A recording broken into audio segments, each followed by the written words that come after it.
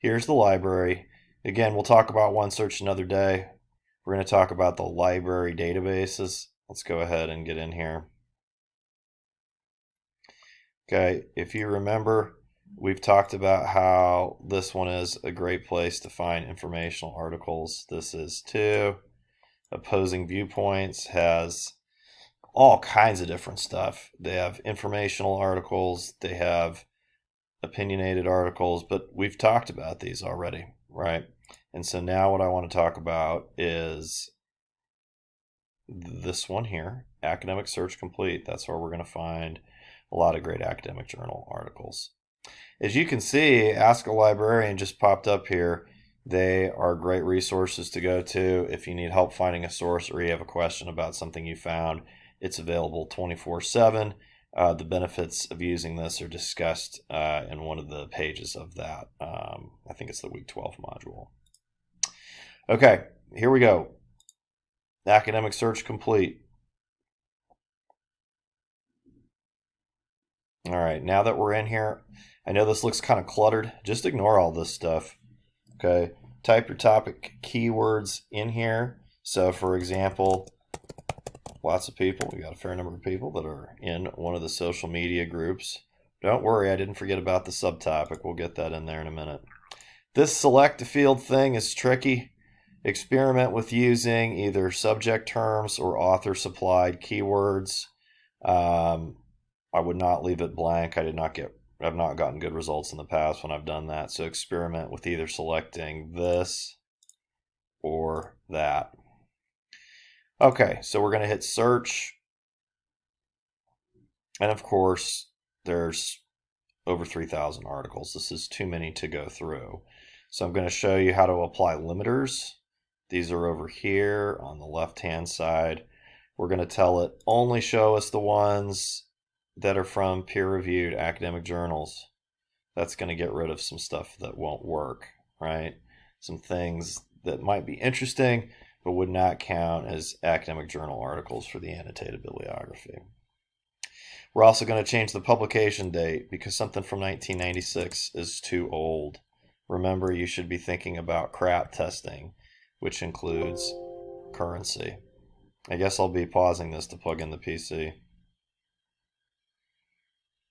Okay, so I told it just since 2010. We've still got 2,600 articles. Too many. So I'm going to show you how to decrease that number. Okay, so one way that we can reduce this number to a smaller number that's easier to sort through is by the use of Boolean operators. This is discussed in a previous video as well, but basically it's just the idea of using these words. When you use and, you will get fewer results because you're telling it only show me the results that include social media in the keyword and something like relationships, right? I know at least one person where this is their subtopic. Again, I'm going to tell it keyword, I'm going to hit search, and then this number should go down. Keep your eye on it. See, now it's down to 50.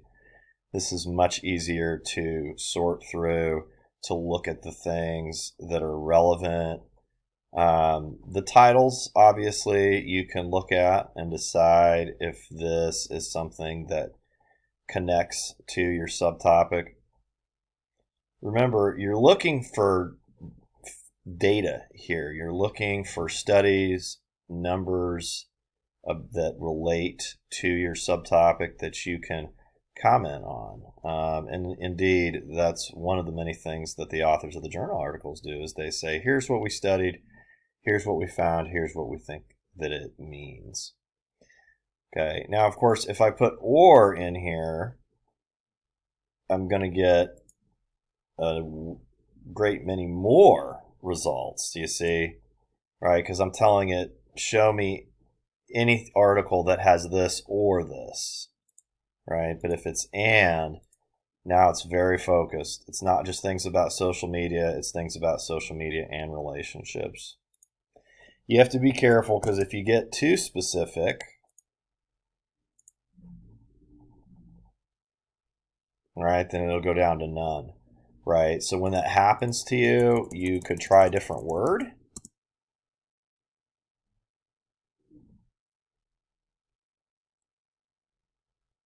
Like, maybe I'll try this one. Autocomplete sometimes helps. It might not, though. Let's see. Yeah, there's still none. Right, so in that case, it's not a bad idea to just use fewer words to keep it simpler. Okay, so once you've found something, a few titles that you think will be good, and again, we know all of these that it's showing us are going to be, academic journals, right? Because we told it down here, only show us those articles, okay? Again, you'll have lots of other sources as well, but you need at least 2 academic journal articles in the annotated bibliography, and that's why we're taking the time out to talk about how and where to find those today. So let's say you're interested in this one. No, that's not it. That one's not relevant. Again, not everything in here is going to be relevant. All right. This is interesting. Something about suicidal thinking and Instagram. Let's do this. I found an interesting one that way earlier today. There we go. Let's say you wanted to look at this one. Okay. So first it's going to show you an abstract, which is basically just a summary of what is in the academic journal article. You read it. If it sounds like it's relevant, if it sounds interesting to you, something you can do something with, you have to click here to read the whole thing where it says PDF full text. So once I click that, it's going to open it in another window, and then I can read through it. Okay.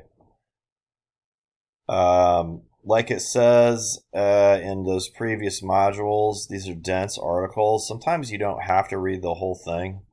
You definitely want to read the introduction.